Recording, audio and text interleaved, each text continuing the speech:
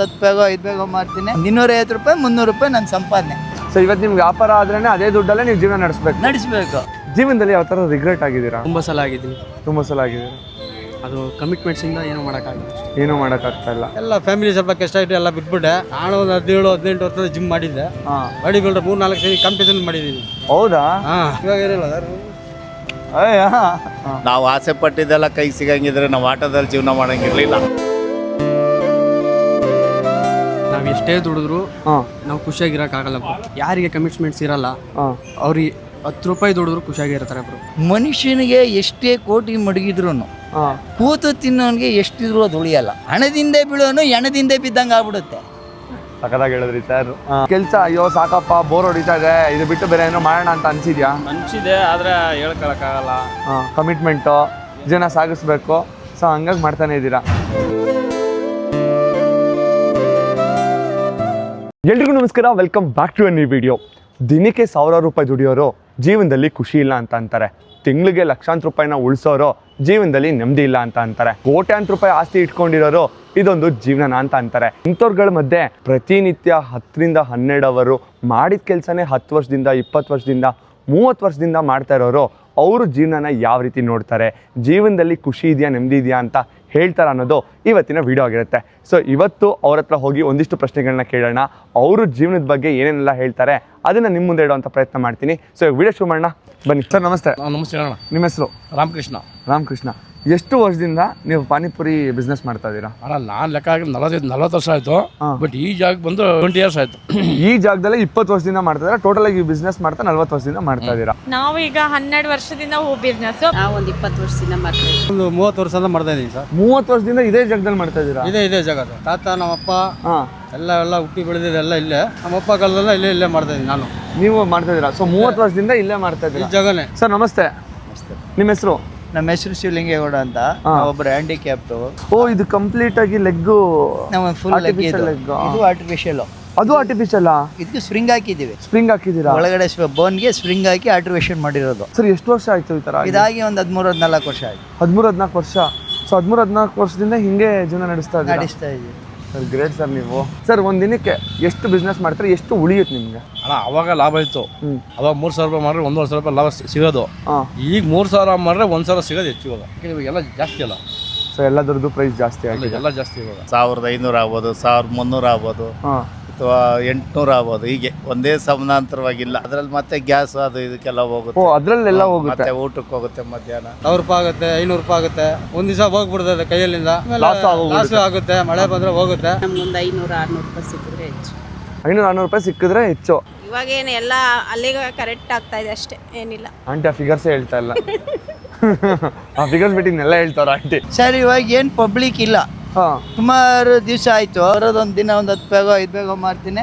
ನನ್ಗೊಂದು 150-200 ರೂಪಾಯಿ 300 ರೂಪಾಯಿ ಗಂಟ ನಾನು ಸಂಪಾದನೆ ಮಾಡ್ಕೊಂಡು ಹೋಗ್ತೀನಿ. 250 ರೂಪಾಯಿ 300 ರೂಪಾಯಿ ನನ್ನ ಸಂಪಾದನೆ. ಆದರೆ ಫುಟ್ಪಾತ್ ವ್ಯಾಪಾರ ಮಾಡೋರಿಗೆ ಮಕ್ಕಳುಗಳು ಪೀಚ್ ಕೊಟ್ಟೋಕ್ಕೆ, ಮಕ್ಕಳುಗಳು ಜೀವನ ಮಾಡೋಕ್ಕೆ ನಡ್ಸೋಕೆ ಆಯ್ತಾ ಇಲ್ಲ. ಯಾಕೆಂದರೆ ಕೆಲವರು ಫುಟ್ಪಾತ್ ಮೇಲೆ ವ್ಯಾಪಾರ ಮಾಡೋರು ಅವತ್ತಿನ ದಿವಸಕ್ಕೆ ರೇಷನ್ ತೊಗೊಂಡೋಗಿ ಅಡುಗೆ ಮಾಡ್ಕೊಂಡು ಊಟ ಮಾಡೋರು ಸಾವಿರಾರು ಜನ ಇದೆ. ಸೊ ಇವತ್ತು ನಿಮ್ಗೆ ವ್ಯಾಪಾರ ಆದ್ರೇನೆ ಅದೇ ದುಡ್ಡಲ್ಲೇ ನೀವು ಜೀವನ ನಡೆಸಬೇಕು. ಸರ್ ಯಾವತ್ತಾದ್ರೂ 30 ವರ್ಷದಿಂದ ಮಾಡಿದ ಕೆಲಸನೇ ಮಾಡ್ತಾ ಇದೀನಲ್ಲ, ಬೇಡ ನನಗೆ ಕೆಲಸ ಅಂತ ಅನ್ಸಿದ್ ಉಂಟಾ ಸರ್? ಇಲ್ಲಿ ಸರ್ ನಮ್ಗೆ ಇದೇ ಜೀವನ, ನಮ್ಗೆ ಓದಿಲ್ಲ ಬಂದಿಲ್ಲ. ನಮ್ಮ ತಾಯಿ ತಂದೆ ಓದ್ಕೊಟ್ರು, ಆದ್ರೆ ನಮ್ಗೆ ಆ ಬುದ್ಧಿ ಬಂದಿಲ್ಲ. ಅವಾಗ ನನಗೆ ವ್ಯಾಪಾರದಲ್ಲಿ ಬಂದ್ಬಿಟ್ಟು ಇಂಟ್ರೆಸ್ಟ್ ಇತ್ತು. ಇದ್ರಲ್ಲೇ ನನಗೆ ಕಾಲ ಕಳೆದೋಯ್ತು. ನಾವು ಮಾಡ್ತಾ ಇರೋ ಕೆಲಸ ನಮಗೆ ದೇವ್ರಿದ್ದಂಗೆ. ನಾವು ಕಷ್ಟಪಡ್ತೀವಿ, ದುಡಿತೀವಿ, ತಿಂತೀವಿ. ಯಾರ ಹಂಗಲ್ಲೂ ಬದುಕಕ್ ನಾವ್ ಇಷ್ಟಪಡಲ್ಲ. ಯಾರ ಹಂಗಲ್ಲೂ ಬದುಕೋಕ್ ಇಷ್ಟಪಡಲ್ಲ. ಸೊ ಅದಕ್ಕೋಸ್ಕರ ಯಾವತ್ತೂ ಬೇಜಾರು ಅನ್ಸಿಲ್ಲ. ನಮ್ ಸ್ವಂತವಾಗಿ ನಾವು ದುಡ್ಕೋತೀವಲ್ಲ ಅಷ್ಟೇ ಸಾಕು. ಯಾರ ಕೈ ಕೆಳಗಡೆ ಇದಿಲ್ಲ, ಏನಿಲ್ಲ. ಎಲ್ಲ ನಮ್ಮ ಮಕ್ಳಿದಾರಲ್ಲ ಅಷ್ಟೇ. ಕೆಲಸ ಅಯ್ಯೋ ಸಾಕಪ್ಪ ಬೋರ್ ಹೊಡಿತಾ ಇದೆ, ಇದು ಬಿಟ್ಟು ಬೇರೆ ಏನೋ ಮಾಡೋಣ ಅಂತ ಅನ್ಸಿದ್ಯಾ? ಅನ್ಸಿದೆ, ಆದ್ರೆ ಹೇಳ್ಕೊಳಕ್ಕಾಗಲ್ಲ. ಕಮಿಟ್ಮೆಂಟು ಜನ ಸಾಗಿಸ್ಬೇಕು. ಸೊ ಹಂಗಾಗಿ ಮಾಡ್ತಾನೆ ಇದ್ದೀರಾ. ಯಾರಾದ್ರೂ ಒಬ್ರು ಶ್ರೀಮಂತರು, ಇವಾಗ ಆಬ್ವಿಯಸ್ಲಿ ನಿಮ್ಮ ಆಟೋಗೆ ಬರ್ತಾ ಇರೋರು ಯಾರೋ ಸಿಕ್ಕಾಪಟ್ಟೆ ದುಡ್ಡು ಶ್ರೀಮಂತರವ್ರು ಬರ್ತಾ ಇರ್ತಾರೆ. ಅವ್ರನ್ನೆಲ್ಲ ನೋಡಿದಾಗ ಸರಿ ನಾನು ಒಂದಿಷ್ಟು ದುಡ್ಡು ಮಾಡಬೇಕು, ನಾನು ಚೆನ್ನಾಗಿರ್ಬೇಕು, ನಾನು ಬೇರೆ ಏನಾದರೂ ಕೆಲಸ ಮಾಡಬೇಕು ಅಂತ ಯಾವ ಥರ ಅನ್ಸಿದ್ದು ಉಂಟಾ ಸರ್? ಅನ್ಸುತ್ತೆ. ನೋಡಿದಾಗ ಬೇರೆ ನಮ್ಗೇನ ಚೆನ್ನಾಗಿರೋ ನೋಡಿದಾಗ ನಮ್ಮ ಮನ್ಸ್ಗೂ ಆಗ ಅನ್ಸುತ್ತೆ, ಸತ್ಯ. ಆದ್ರೆ ಆ ಭಗವಂತ ಯಾರ್ಯಾರಿಗೆ ಏನನ್ನು ಉದ್ಯೋಗ ಕೊಡಬೇಕು, ಏನನ್ನು ಕೊಡಬೇಕು ಅವನ ಇಚ್ಛೆ ಅಲ್ವಾ. ನಾವು ಆಸೆ ಪಟ್ಟಿದ್ದೆಲ್ಲ ಕೈ ಸಿಗಂಗಿದ್ರೆ ನಾವು ಆಟೋದಲ್ಲಿ ಜೀವನ ಮಾಡಂಗಿರ್ಲಿಲ್ಲ. ಯಾವತ್ತಾರು ರಿಗ್ರೆಟ್ ಆಗಿದೆ ಬ್ರೋ, ಈ ಕೆಲಸ ಬಿಟ್ಬಿಟ್ಟು ಬೇರೆ ಏನಾದರೂ ಮಾಡಬೇಕು, ಬೇರೆ ಮಾಡಿದ್ರೆ ಇನ್ನೂ ಜಾಸ್ತಿ ದುಡಿಬೋದು, ಆ ಥರ ಯಾವ ಥರ ಅನಿಸಿದ್ಯಾ? ತುಂಬ ಸಲ ಅನಿಸಿದೆ. ತುಂಬ ಸಲ ಅನಿಸಿದೆ. ಯಾಕೆ ಕ್ವಿಟ್ ಮಾಡಿಲ್ಲ ಅಂತ ಕೇಳ್ಬೋದಾ? Commitments ಹಂಗಿದೆಯಲ್ಲ bro. ಇದು ಬಿಟ್ಟು ಬೇರೆ ಏನೋ ಟ್ರೈ ಮಾಡೋಕ್ಕೆ ಹೋದರೆ ಕಮಿಟ್ಮೆಂಟ್ಗಳು ಜಾಸ್ತಿ ಇರೋದ್ರಿಂದ ಆಗುತ್ತೋ ಆಗಲ್ಲ ಅನ್ನೋದಕ್ಕೋಸ್ಕರ ಇದಕ್ಕೆ ಸ್ಟಿಕ್ ಆನ್ ಆಗಿದ್ದೀರಾ. ಜೀವನದಲ್ಲಿ ಯಾವ ಥರ ರಿಗ್ರೆಟ್ ಆಗಿದ್ದೀರಾ? ತುಂಬ ಸಲ ಆಗಿದ್ದೀನಿ. ತುಂಬ ಸಲ ಆಗಿದೆ. ಅದು ಕಮಿಟ್ಮೆಂಟ್ಸಿಂದ ಏನೂ ಮಾಡೋಕ್ಕಾಗಲ್ಲ. ಏನೂ ಮಾಡೋಕ್ಕಾಗ್ತಾ ಇಲ್ಲ. ಎಲ್ಲ ಫ್ಯಾಮಿಲಿ ಸ್ವಲ್ಪ ಕಷ್ಟ ಆಯಿತು, ಎಲ್ಲ ಬಿಟ್ಬಿಟ್ಟೆ. ನಾನು ಒಂದು 17-18 ವರ್ಷದ ಜಿಮ್ ಮಾಡಿದ್ದೆ. ಬಾಡಿ ಬಿಲ್ಡರ್ 3-4 ಸರಿ ಕಾಂಪಿಟೇಷನ್ ಮಾಡಿದ್ದೀನಿ. ಹೌದಾ? ಇವಾಗ ಏನಿಲ್ಲ ಸರ್, ಬಿಟ್ಬಿಟ್ಟಿದ್ದೀನಿ ಇವಾಗಲೂ. ಏನೋ ಜೀವನದಲ್ಲೇ ಕಾಲ ಕಳ್ಕೊಂಡು ಹೋಯ್ತಾ ಇದ್ದೀನಿ ಅಷ್ಟೇ. ಮಕ್ಳಿಗೋಸ್ಕರ ಮಾಡ್ಕೊಂಡು ಹೊಟ್ಟೆಪಾಡು ಮಾಡ್ಕೊಂಡು ಹೋಯ್ತಾ ಇದ್ದೀನಿ. ಮಕ್ಳಿಗೋಸ್ಕರ ಕಷ್ಟಪಟ್ಟು ಮಾಡ್ಬೋದು. ಮ್ಯಾಮ್, ನಿಮಗೆ ಜೀವನದಲ್ಲಿ ನನಗೆ ಒಂದು ಕನಸು ಆಸೆ ಅಂತ ಇರೋದಾದ್ರೆ ಯಾವುದು? ಸರ್ ನಮಗೆ ಮಕ್ಕಳೇ ಸರ್ ಕನಸು. ಹೌದಾ? ನಮ್ಮ ಕನಸೆಲ್ಲ ನಮ್ಮ ಮಕ್ಕಳು, ನಮ್ಮ ಫ್ಯಾಮಿಲಿ ಆ ಥರ. ಅವ್ರು ಚೆನ್ನಾಗಿದ್ರೆ ನಾ ಚೆನ್ನಾಗಿದೆ. ಒಂದು ಹೋಟೆಲ್ ಸ್ಟಾರ್ಟ್ ಮಾಡಬೇಕು ಅಂತ ಇಷ್ಟ. ನನಗೆ ಅಡುಗೆ ಮಾಡೋದು ಇಷ್ಟ, ಸೊ ಹೋಟೆಲ್ ಸ್ಟಾರ್ಟ್ ಮಾಡಬೇಕು. ಹೋಟೆಲ್ ಸ್ಟಾರ್ಟ್ ಮಾಡಬೇಕು ಅಂತ ಇಷ್ಟ. ಬಿಲ್ಡಿಂಗ್ ಬೇಡ, ಮನೆ ಬೇಡ, ಸುತ್ತು ಬೇಡ, ನನಗೆ ಜಂಬಿಲಿ ಬೇಡ, ಏನು ಬೇಡ ಸರ್. ಮಕ್ಳುಗಳು ನನ್ನ ಬಾಳೆ ಸಾಕು. ಮಕ್ಳುಗಳು ನಾನು ಕಣ್ಣಾರು ನೋಡ್ಬೇಕು ಅವ್ರನ್ನ. ಒಂದು ಲೆವೆಲ್ಗೆ ಒಂದು ಆಫೀಸರ್ ಥರ, ಯಾರೋ ಒಂದು ಡಾಕ್ಟ್ರು, ಒಂದು ಲಾಯರು, ಇಂಜಿನಿಯರು, ಅದು ನೋಡ್ಬಿಟ್ರೆ ನನಗೆ ಸಾಕು ಸರ್, ಅಷ್ಟೇ. ಬೇರೆ ಅಷ್ಟೇ. ಪ್ರತಿಯೊಬ್ಬ ಪೇರೆಂಟ್ಸನ್ನು ಜೀವನದಲ್ಲಿ ಅವ್ರ ಕನಸು ಆಸೆ ಏನು ಅಂತಾನೆ ಅವ್ರು ಹೇಳೋದು ಒಂದೇ, ನನ್ನ ಜೀವನ ಹೆಂಗಾರು ಆಗಲಿ ನನ್ನ ಮಕ್ಳು ಚೆನ್ನಾಗಿರ್ಬೇಕು, ನನ್ನ ಹೆಂಡತಿ ಚೆನ್ನಾಗಿರ್ಬೇಕು, ಅಷ್ಟೇ. ಬ್ರೋ, ನಿಮ್ಮ ಜೀವನದಲ್ಲಿ ಕನಸು ಆಸೆ ಏನು ಬ್ರೋ? ನಮ್ಮ ಅಪ್ಪ ಅಮ್ಮನ ಚೆನ್ನಾಗಿ ನೋಡ್ಕೋಬೇಕು ಅಷ್ಟೇ. ಅಪ್ಪ ಅಮ್ಮನ ಚೆನ್ನಾಗಿ ನೋಡ್ಕೊಬೇಕು ಅಷ್ಟೇ. ಅದು ಬಿಟ್ಟು ಇನ್ನೇನಿಲ್ಲ. ನಾನು ಬಂಗ್ಲೆ ಕಟ್ಟಬೇಕು, ಕಾರಲ್ಲಿ ಸುತ್ತಬೇಕು, ಅವೆಲ್ಲ ಏನಿಲ್ಲ. ಜೀವನದಲ್ಲಿ ಖುಷಿಯಾಗಿರ್ಬೇಕು, ಅಪ್ಪ ಅಮ್ಮನ ಚೆನ್ನಾಗಿ ನೋಡ್ಕೋಬೇಕು. ಆಸೆ ಪ್ರತಿಯೊಬ್ಬ ಮನುಷ್ಯನಿಗಿರುತ್ತೆ ಸರ್. ಏನು ಸರ್ ನಿಮ್ಮ ಆಸೆ? ನಾವು ದೊಡ್ಡ ಅರಮನೆ ಕಟ್ಟಬೇಕು ಅನ್ನೋ ಆಸೆ ನಮಗಿಲ್ಲ. ನಾವು ಫುಡ್ತಾಗಿದ್ರು ಕ್ಲೀನಾಗಿ ನೀಟಾಗಿರ್ಬೇಕು. ಜೀವನದಲ್ಲಿ ನಿಮ್ಮ ಆಸೆ ಏನು ಬ್ರೋ? ಅಂಥ ದೊಡ್ಡ ಆಸೆ ಏನಿಲ್ಲ ಬ್ರೋ. ತಂದೆ ತಾಯಿನ ಖುಷಿಯಾಗಿ ನೋಡ್ಬೇಕು ಅಷ್ಟೇ. ತಂದೆ ತಾಯಿನ ಖುಷಿಯಾಗಿ ನೋಡ್ಕೊಬೇಕು ಅಷ್ಟೇ ಆಸೆ. ಜೀವನದಲ್ಲಿ ಖುಷಿಯಾಗಿದ್ದೀರಾ ಸರ್? ಸಾಕಪ್ಪ ನಮ್ಗೆ. ಬೆಂಚ್ ಕಾಯಲ್ಲಿ ಓಡಾಡೋದು ಬೇಡ, ಏನೋ ಬೇಡ, ಆರಾಮ ಹಿಂಗೆ ಬಿಡೋಣ. ಟೈಮ್ಗೆ ಊಟ, ಟೈಮ್ಗೆ ಇದು ನೆಮ್ಮದಿಯಾಗಿದ್ದೀವಿ. ಸೊ ಒಟ್ಟಿನಲ್ಲಿ ನೆಮ್ಮದಿಯಾಗಿದ್ದೀರಾ, ಖುಷಿಯಾಗಿದ್ದೀರಾ? ಬ್ರೋ, ಏನಂದ್ರೆ ಕಮಿಟ್ಮೆಂಟ್ಸ್ ಇರೋರು ನಾವ್ ಎಷ್ಟೇ ದುಡಿದ್ರು ನಾವು ಖುಷಿಯಾಗಿರಕ್ಕಾಗಲ್ಲ ಬ್ರೋ. ಯಾರಿಗೆ ಕಮಿಟ್ಮೆಂಟ್ಸ್ ಇರಲ್ಲ ಅವ್ರಿಗೆ 10 ರೂಪಾಯಿ ದುಡಿದ್ರು ಖುಷಿಯಾಗಿರ್ತಾರೆ ಬ್ರೋ. ಓಕೆ ಬ್ರೋ, ಜೀವನದಲ್ಲಿ ತುಂಬ ಕಮಿಟ್ಮೆಂಟ್ಸ್ಗಳಿದೆಯಾ ಬ್ರೋ? ತುಂಬ ಇದೆ ಬ್ರೋ. ಫ್ಯಾಮಿಲಿ ಪ್ರಾಬ್ಲಮ್ಸ್ ತುಂಬ ಇದೆ. ಕೆಲವೊಬ್ರು ಅನ್ಕೊಬೋದು, ಓಕೆ ಯಾಕೆ ಕೆಲಸ ಮಾಡ್ತಾರೆ, ಯಾಕೆ ಇಷ್ಟೊಂದೆಲ್ಲ ಕಷ್ಟಪಡ್ತಾರೆ ಅಂತ ಹೇಳಿ. ಕೆಲವೊಂದು ಸರಿ ನಾವು ಖುಷಿಯಾಗಿರೋದ್ಕಿಂತ ನಮ್ಮನ್ನ ನಂಬ್ಕೊಂಡಿರೋ ಖುಷಿಯಾಗಿರಲಿ, ಕಮಿಟ್ಮೆಂಟ್ಸ್ಗಳನ್ನ ಕ್ಲಿಯರ್ ಮಾಡಲಿ ಅಂತ ಹೇಳಿ ನಮ್ಗೆ ಇಷ್ಟ ಇಲ್ದಿರೋ ಕೆಲಸ ಕೂಡ ಇಷ್ಟಪಟ್ಟು ಕೆಲಸ ಮಾಡ್ತಾರೆ. ಅಂಥದ್ರಲ್ಲಿ ಇವರು ಒಬ್ರು. ಕರೆಕ್ಟಾ ಬ್ರೋ? Correct bro. ಇವತ್ತು ನೀವು ಏನು ಕಷ್ಟಪಡ್ತಾ ಇದ್ದೀರಲ್ಲ, ಇನ್ನು ಸ್ವಲ್ಪ ದಿವಸದಲ್ಲಿ ಅಂದರೆ ಇನ್ನು ಕೆಲವೊಂದು ವರ್ಷಗಳಲ್ಲಿ ನೀವು ಅನ್ಕೊಂಡಿದ್ದೆಲ್ಲ ಸಿಗ್ಲಿ ಅಂತ ನಾನು ಆ ಪರಮಾತ್ಮನ ಹತ್ರ ಬೇಡ್ಕೊತೀನಿ. ಎಲ್ಲ ಒಳ್ಳೇದಾಗ್ಲಿ ಬ್ರೋ. Thank you. ಭಗವಂತನ ಹತ್ರ ಕೇಳ್ಕೊಳ್ಳೋದು ಎರಡು, ಒಂದು ಆರೋಗ್ಯ ಭಾಗ್ಯ ಕೊಡು, ಮತ್ತೆ ನೆಮ್ಮದಿ ಅನ್ನೋದು 2 ಭಾಗ್ಯ ಬೇಕು. ಮಿಕ್ಕಿದ ಆಮೇಲೆ ಎಲ್ಲಾನು ಸಿಗೋವಂಥದ್ದು ಅವನು ಕೊಡೋ ಅಂಥದ್ದು. ಅವೆರಡು ಭಾಗ್ಯ ಸಿಕ್ಕಿದ್ರೆ ಇರೋದ್ರಲ್ಲೇ ಪರವಾಗಿಲ್ಲ ಸರ್. ನಾನು ತೃಪ್ತಿ ಆಗಿದ್ದೀನಿ ಅಂತ ನಾನು ಹೆಮ್ಮೆಯಿಂದ ಹೇಳ್ಕೊಳಕ್ಕೆ ಇಷ್ಟಪಡ್ತೀನಿ ಸರ್. 4 ಜನ ಇರೋ ದುಡ್ಡ 4 ಜನಕ್ಕೆ ಒಳ್ಳೇದ್ ಮಾಡಿಬಿಟ್ರೆ ಸ್ವಲ್ಪ ನೆಮ್ಮದಿ ಬರುತ್ತೆ ಸರ್. ಅವರೇ ಇಟ್ಕೊಂಡಿದ್ರೆ ಜಾಸ್ತಿ ಆಗ್ತೈತೆ, ಅವ್ರಿಗಿನ್ನ ಸ್ವಲ್ಪ ಬರ್ಡನ್ ಜಾಸ್ತಿ ಆಗ್ಬಿಡುತ್ತೆ. ಇದು ಸೇಫ್ಟಿ ಮಾಡ್ಬೇಕು.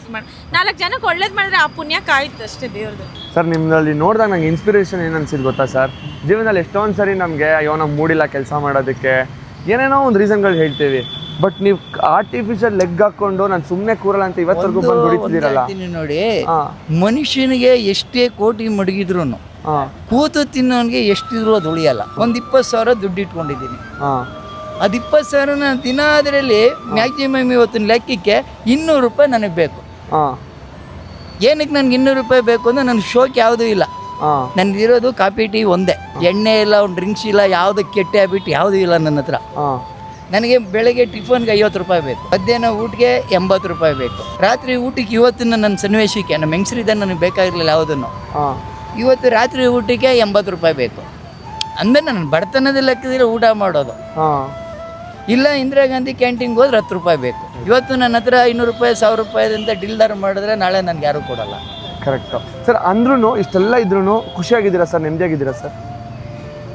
ನಮ್ಮದೇ ಅನ್ನೋದನ್ನು ನಾವು ತಗೊಳ್ಬೇಕು. ಅದು ಬೇರೆಯವರಿಂದ ನಾವು ಪಡ್ಕೊಳ್ಳೋದಲ್ಲ. ಅದು ಹಣದಿಂದೇ ಬೀಳೋನು ಹೆಣದಿಂದೇ ಬಿದ್ದಂಗೆ ಆಗ್ಬಿಡುತ್ತೆ. ಸಖತ್ತಾಗಿ ಹೇಳಿದ್ರಿ ಸರ್. ಏನಾದ್ರೂ ಜೀವನದಲ್ಲಿ ಒಂದು ಕಷ್ಟ ಬಂದ ತಕ್ಷಣ ಎಷ್ಟೊಂದು ಜನ ಜೀವನನೇ ಕಳ್ಕೊಬಿಡ್ತಾರೆ. ಫೇಸ್ ಮಾಡ್ಬೇಕಪ್ಪ. ಕಷ್ಟ ಬಂತು ಅಂತ ನಾವು ಸತ್ತೋದ್ರೆ ಏನು ನಡೆಯಲ್ಲ. ನಾವು ಇಟ್ಟಿರೋದೆಲ್ಲ ಹಂಗೆ ಇರುತ್ತೆ. ಅದನ್ನ ಫೇಸ್ ಮಾಡ್ಕೊಂಡು ಮುಂದಕ್ಕೆ ಹೋಗೋದೇ ಜೀವನ. ಸಖತ್ತಾಗಿ ಹೇಳಿದ್ರಿ ಆಂಟಿ. ಇನ್ನೊಂದು ಹೇಳ್ತೀನಿ, ಬಟ್ ಸೂಸೈಡ್ ಮಾತ್ರ ಮಾಡ್ಕೋಬೇಡಿ. ಯಾಕಂದ್ರೆ ಅಪ್ಪ ಅಮ್ಮ ಸಾಲ ಸೋಲ ಮಾಡಿ ಸಾಕಿ ತಿನ್ಸಿ ಏನೇನೋ ಹೆಲ್ತ್ ಆಗಿರ್ಲಿ ಅಂತ ಸಾಕಿರ್ತಾರೆ. ಸೂಸೈಡ್ ಅನ್ನೋದು ಮಾಡಬೇಡಿ. ಆದಷ್ಟು ಹೋರಾಡಿ. ಸರ್ ಸಾಯೋಷ್ಟು ಧೈರ್ಯ ಇದೆ ಅಂದ್ರೆ ಬದುಕೋಷ್ಟು ಯಾಕೆ ಸರ್ ಧೈರ್ಯ ಇರಲ್ಲ? ಕರೆಕ್ಟ್ ಮ್ಯಾಮ್, ಇದನ್ನೇ ನಾನು ತಿಳಿಸ್ಬೇಕು. ಸಾಯೋದೇ ರಿಸ್ಕ್ ಸರ್. ಸಾಯೋಷ್ಟು ಧೈರ್ಯ ಬರುತ್ತೆ ಅಂದ್ರೆ ಅವರು ಬದುಕಬೇಕು. ಕರೆಕ್ಟ್, ಅದನ್ನೇ ಹೇಳೋದು. ಸಾಯ್ಬಾರ್ದು. ಏನಕ್ಕೆ ಸಾಯ್ಬೇಕು? ಅಪ್ಪ ಅಮ್ಮ ಎಷ್ಟೆಲ್ಲ ಆಸೆ ಪಟ್ಟು ಸಾಕಿರ್ತಾರಲ್ವಾ. ಜೀವನದಲ್ಲಿ ಅವ್ರನ್ನ ನಂಬ್ಕೊಂಡು ಎಷ್ಟೊಂದು ಜನ ಇರ್ತಾರೆ. ಅದನ್ನ ಹೇಳ್ತೀನಿ. ಕಷ್ಟ ಐತಿಯಾ ಇದ್ ಮಾಡೋಣ, ಸಾಲ ಐತಿಯಾ ತೀರ್ಸೋಣ ಕಷ್ಟಪಟ್ಟು. ಯಾಕೆ ಇದ್ ಮಾಡ್ಕೋಬೇಕು? ಬ್ರೋ ಲಾಸ್ಟ್ ಒಂದೇನು ಪ್ರಶ್ನೆ ಕೇಳ್ತೀನಿ, ಆನೆಸ್ಟ್ ಆಗಿ ಹೇಳಿ, ಜೀವನದಲ್ಲಿ ನೆಮ್ಮದಿಯಾಗಿ ಖುಷಿಯಾಗಿ ಇದ್ದೀರಾ ಬ್ರೋ? ನೆಮ್ಮದಿಯಾಗಿದ್ದೀನಿ ಬ್ರೋ. ನೆಮ್ಮದಿಯಾಗಿದ್ದೀರಾ ಬ್ರೋ? ಏನಕ್ಕೋಸ್ಕರ ಇಷ್ಟೆಲ್ಲ ಪ್ರಶ್ನೆ ಕೇಳಿದೆ ಅಂತ ಇವಾಗ ಹೇಳ್ತೀನಿ. ಲಕ್ಷ ದುಡಿಯೋರು, ಕೋಟಿ ದುಡಿಯೋರು, ಬಂಗ್ಲೆನಲ್ಲಿ ಇರೋರು, ಕೈಗೆ ಕಾಲ್ಗೆ ಆಳ್ಗಳು ಇಟ್ಕೊಂಡಿರೋರು ಏನ್ ಹೇಳ್ತಾರೆ ಗೊತ್ತಾ? ನನ್ನ ಜೀವನದಲ್ಲಿ ಖುಷಿ ಇಲ್ಲ, ನೆಮ್ಮದಿ ಇಲ್ಲ, ಜೀವನದಲ್ಲಿ ಏನಾದ್ರೂ ಒಂದು ಚಿಕ್ಕ ಕಷ್ಟ ಬಂದ ತಕ್ಷಣ ಜೀವನನೇ ಕಳ್ಕೊಬಿಡ್ತಾರೆ. ಈ ತರ ಇರೋರು ಎಲ್ಲ ಇದ್ದಾರೆ. ನಾನು ಇಂಥವ್ರಿಗೆ ನೋಡಪ್ಪ, ಬೆಳಗ್ಗೆಯಿಂದ ಸಾಯಂಕಾಲವರೆಗೂ ಕಷ್ಟಪಟ್ಟು ದಿನಕ್ಕೆ 500 ರೂಪಾಯೋ ಇಲ್ಲ 1000 ರೂಪಾಯೋ ದುಡಿಯೋರು ಜೀವನದಲ್ಲಿ ನೆಮ್ಮದಿಯಾಗಿದ್ದಾರೆ, ಖುಷಿಯಾಗಿದ್ದಾರೆ. ಅವ್ರ ಜೀವನದಲ್ಲೂ ಕಷ್ಟ ಇದೆ, ಬಟ್ ಅವ್ರು ಅದನ್ನೆಲ್ಲ ಫೇಸ್ ಮಾಡ್ತಾ ಇದ್ದಾರೆ. ನನ್ನ ಜನರಿಗೆ ತೋರಿಸ್ಬೇಕು ಅಂತ ಹೇಳಿ ಇಷ್ಟು ಪ್ರಶ್ನೆಗಳನ್ನ ಕೇಳಿದೆ. ಥ್ಯಾಂಕ್ಸ್ ಅಣ್ಣ. ನಿಮ್ಗೆ ನಿಜ ಖುಷಿ ಆಯ್ತು. ಎಷ್ಟವರೆಗೆ ಕೆಲಸ ಮಾಡ್ತೀರಾ ಬ್ರೋ? ಒಂದು 8 ರಿಂದ 9 ಅವರ್ ಅಣ್ಣ. 8 ರಿಂದ 9 ಅವರ್ ಕೂತ್ ಜಾಗದಲ್ಲೇ ಕೂತು ಹೂ ಇದು ಮಾಡೋದು. ಮಾಡ್ತೀವಿ. ಆದ್ರೂ ಜೀವನದಲ್ಲಿ ಖುಷಿಯಾಗಿದ್ದೀನಿ ಅಂತ ಹೇಳ್ತೀರಾ. ನಿಮ್ಮ ಹತ್ರ ಎಲ್ಲ ನೋಡಿ ಕಲಿಬೇಕು ಬ್ರೋ. ನಿಜವಲ್ಲೂ ಹ್ಯಾಟ್ಸ್ ಆಫ್ ಬ್ರೋ.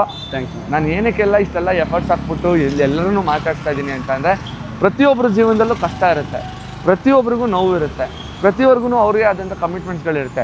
ಆದರೆ ಯಾವತ್ತೂ ಆ ಕಮಿಟ್ಮೆಂಟ್ಸಿಂದ ಅವ್ರು ದೂರ ಹೋಗಲ್ಲ. ಆ ಕಮಿಟ್ಮೆಂಟ್ಸ್ನ ಹೆಂಗಾದ್ರೂ ಮಾಡಿ ಫುಲ್ಫಿಲ್ ಮಾಡಬೇಕು ಅಂತೇಳಿ ಕಷ್ಟಪಟ್ಟು ದುಡಿತಾರೆ. ಅದಕ್ಕೆ ಎಕ್ಸಾಂಪಲ್ ಇಷ್ಟೊಂದು ಜನಗಳು. ಕರೆಕ್ಟ್ ಅಲ್ಲ ಬ್ರೋ? ನಿಮ್ಮ ಮಾತಾಡ್ಸ್ ಖುಷಿ ಆಯ್ತು. Thank you so much. ನನಗೆ ಈ ವಿಡಿಯೋನ ಶೂಟ್ ಮಾಡೋದಕ್ಕೆ ಸಿಕ್ಕಾಪಟ್ಟೆ ಕಷ್ಟ ಆಯಿತು. ತುಂಬ ಜನಗಳನ್ನ ಅಪ್ರೋಚ್ ಮಾಡಿ ಅವರ ಕಷ್ಟಗಳನ್ನ ಶೂಟ್ ಮಾಡಿ ನಿಮ್ಮ ಮುಂದೆ ಇಡೋವಂಥ ಪ್ರಯತ್ನ ಮಾಡಿದ್ದೀನಿ. ಇದನ್ನು ಮಾಡೋದಕ್ಕೆ 2 ಮೇನ್ ರೀಸನ್ ಇದೆ. ಒಂದು, ನಾವುಗಳು ಒಂದಿಷ್ಟು ಕೆಲಸಗಳನ್ನ ಒಂದಿಷ್ಟು ವರ್ಷಗಳ ಕಾಲ ನಿರಂತರವಾಗಿ ಮಾಡಿದ್ರೆ ನಮಗೆ ಕೆರಿಯರ್ ಬ್ರೇಕ್ ಬೇಕು ಅಂತ ಹೇಳಿ ಬ್ರೇಕ್ನ ತಗೋತೀವಿ. ಆದರೆ ಇವ್ರುಗಳು ಎಷ್ಟೋ ವರ್ಷದಿಂದ ಮಾಡಿದ ಕೆಲಸನೇ ಮಾಡ್ತಾ ಇದ್ರೆ ಯಾವತ್ತೂ ಬ್ರೇಕ್ ಬೇಕು ಅಂತ ತಗೊಂಡಿರಲಿಲ್ಲ. ಹಾಗೆ ನಮಗೆ ಜೀವನದಲ್ಲಿ ಏನಾದರೂ ಕಷ್ಟ ಬಂದರೆ ಜೀವನನೇ ಮುಗೀತು ಅಂತ ಹೇಳಿ ಎಷ್ಟೊಂದು ಜನ ಜೀವನನ ಕಳ್ಕೊತಾರೆ. ಆದರೆ ಇವ್ರುಗಳ ಜೀವನನ ನೋಡಿದ್ರೆ ಯಾವತ್ತೂ ಜೀವನ ಕಳ್ಕೋಬೇಕು ಅಂತ ಇವ್ರಿಗೆ ಅನಿಸಿಲ್ಲ. ಬದಲಾಗಿ ಜೀವನನ ರೂಪಿಸ್ಕೋಬೇಕು ಅಂತ ಹೇಳಿ ಇನ್ನಷ್ಟು ಶ್ರಮ ಆಗ್ತಾರೆ. ಸೊ ಇವ್ರ ಕಥೆಗಳು ಒಂದಿಷ್ಟು ಜನಕ್ಕೆ ಇನ್ಸ್ಪೈರಿಂಗ್ ಆಗಿರುತ್ತೆ ಅನ್ನೋದಕ್ಕೋಸ್ಕರ ಈ ವಿಡಿಯೋನ ಶೂಟ್ ಮಾಡಿದೆ. ಈ ವಿಡಿಯೋ ಹೇಗೆ ಅನಿಸ್ತು ಅನ್ನೋದನ್ನ ನೀವು ಕಮೆಂಟಲ್ಲಿ ಕಮೆಂಟ್ ಮಾಡಿ. ಹೋಪ್ ನಿಮ್ಗೆ ವಿಡಿಯೋ ಇಷ್ಟ ಆಯ್ತು ಅಂತ ಭಾವಿಸ್ತೀನಿ. ವಿಡಿಯೋ ಇಷ್ಟ ಆಗಿದ್ರೆ ಲೈಕ್ ಮಾಡಿ. ಇನ್ನೊಂದು ಇಂಟ್ರೆಸ್ಟ್ ವಿಡಿಯೋ ಸಿಗ್ತೀನಿ. ಅಲ್ಲಿವರೆಗೂ ನಾನು ಮಿಸ್ ಮಾಡ್ಕೋತಾರಿ. ಬಾಯ್. ದುಃಖಕ್ಕೆ ಮೂಲ ಅಸೂಯೆ ಒಳ್ಳೇದಲ್ಲ, ಬೆಳ್ಳಗೆ ಇರೋದೆಲ್ಲ ಹಾಲಲ್ಲ, ಇಲ್ಲಿ ಯಾರು ಮೇಲಲ್ಲ.